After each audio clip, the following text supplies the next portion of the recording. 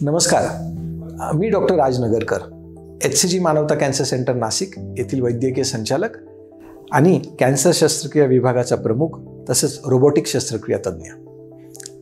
मित्रांनो, आपल्यापैकी प्रत्येकाने रोबोट हा शब्द निश्चित ऐकलेला आहे आणि रोबोट ऐकल्यानंतर अनेक वेळेस रजनीकांतचा रोबोट पिक्चर आठवतो, जिथे एकटा रजनीकांत हजारो लोकांना मारतो.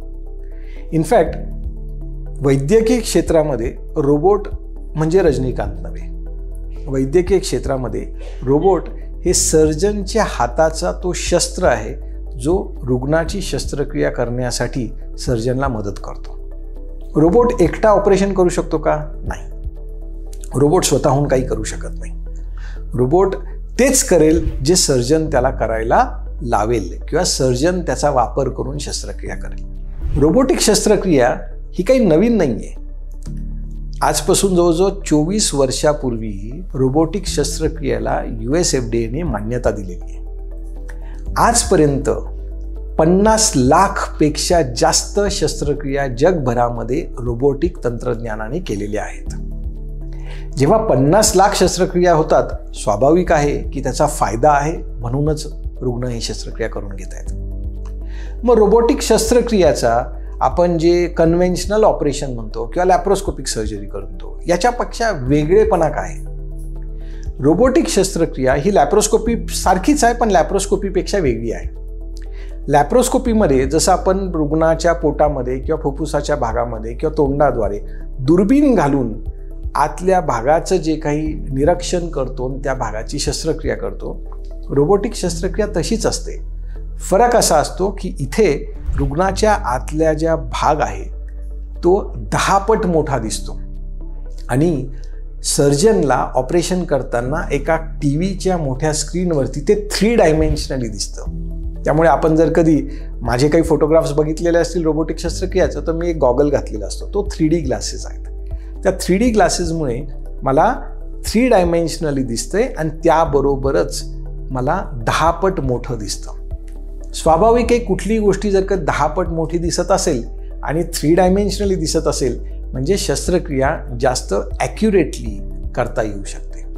जिथे आवश्यक असणारा भागच काढत असताना आपण आजूबाजूच्या पेशींना किंवा अवयवांना इंजुरी किंवा त्यांना हानी पोहोचवत नाही. रक्तस्राव खूप कमी होतो, इन्फेक्शनची भीती खूप कमी असते आणि या सर्व शस्त्रक्रिया रुग्णाच्या पोटावरती 5 मिलीमीटरचे 2 आणि 10 मिलीमीटरच्या 2 छोट्याशा छिद्रांद्वारे केली जाते. त्यामुळे रुग्णाला वेदना खूप कमी होतात.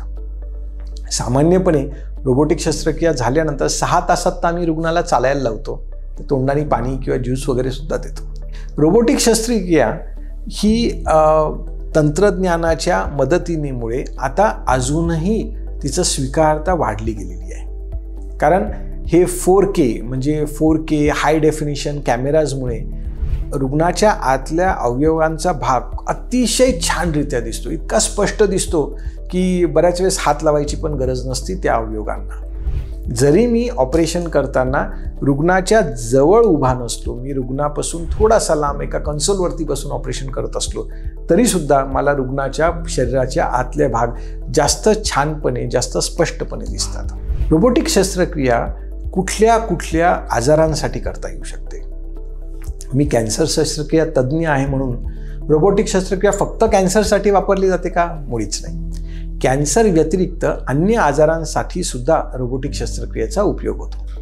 उदाहरण द्यायचं म्हटलं तर रोबोटिक शस्त्रक्रिया हर्नियांसाठी वापरता येऊ शकते. पित्ताशय काढण्याची शस्त्रक्रिया, गर्भाशय काढण्याची शस्त्रक्रिया याच्यासाठी वापरता येऊ शकते. किडनीचे आजार ज्याच्यामध्ये पायलोप्लास्टी असते किंवा किडनी काढण्याची शस्त्रक्रिया असेल, लघवीच्या पिशवीची शस्त्रक्रिया असेल, प्रोस्टेटची शस्त्रक्रिया, मग ती कॅन्सरसाठी असेल किंवा बिनाईन याच्यासाठी, या सर्व रोबोटिक तंत्रज्ञानाने खूप छान करता येऊ शकतात. कॅन्सरच्या बाबतीमध्ये अन्ननलिकेच्या असेल, फुफ्फुसाच्या गाठी असतील, मिडियास्नल ट्युमर्स असतील, ह्या सर्व शस्त्रक्रिया करता येऊ शकतात. टॉन्सिल्सचं शस्त्रक्रिया असेल किंवा घशाच्या मागच्या भागातला कॅन्सर असेल, त्याला मी ट्रान्सओरल रोबोटिक सर्जरी म्हणतो. म्हणजे तोंडातनं रोबोटिकच्या मदतीने आपण ऑपरेशन करू शकतो. गळ्यावरती मोठा चिरा द्यायची गरज नाही. थायरॉईडचं ऑपरेशन आपण सर्वांनी ऐकलेलंच असेल आणि अनेक रुग्ण थायरॉईडचे ऑपरेशन टाळतात किंवा घाबरतात, कारण थायरॉईड ऑपरेशनला गळ्यावरती मोठा चिरा द्यावा लागतो. आता गरज नाही, गळ्यावरती कट न करता काखेतनं, दोन्ही बाजूंना काखेतनं किंवा कानाच्या मागून सुद्धा थायरॉईडची शस्त्रक्रिया करता येते किंवा तोंडावाटे सुद्धा थायरॉईडची शस्त्रक्रिया खूप छान रीते स्पष्टपणे दिसत आणि कुठलंही रिस्क न वाढवता करता येऊ शकते. पोटाच्या बाबतीत तर लिव्हरचे ऑपरेशन्स असतील, आतड्यांचे ऑपरेशन असेल, स्वादुपिंडाचे ऑपरेशन असतील आणि गुद्धाशयाचे ऑपरेशन्स असतील, हे सगळे करता येऊ शकतात. गर्भाशयाचे ऑपरेशन्स खूप छानरित्या करता येऊ शकतात.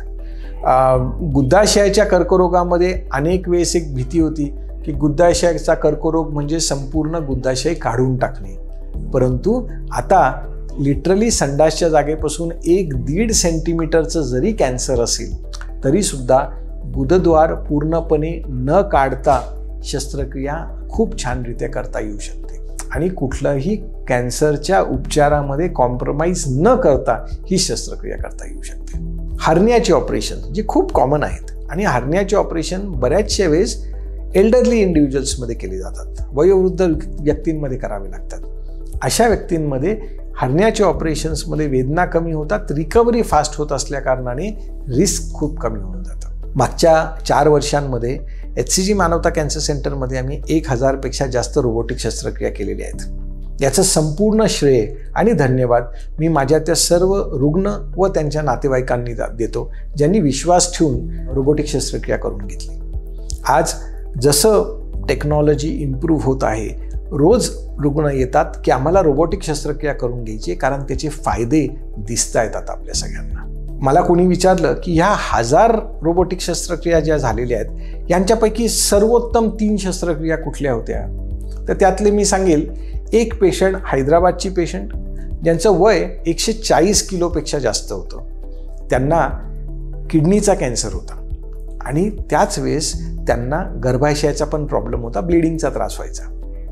अशा पेशंट्समध्ये ज्यांचं वजन 140पेक्षा जास्त आहे, शिवाय डायबिटीज आहे, BP आहे, हार्टचा प्रॉब्लेम आहे, अशा पेशंटला ऑपरेशन करण्याबरोबर महत्त्वाचा भाग असतो की फास्ट रिकव्हरी.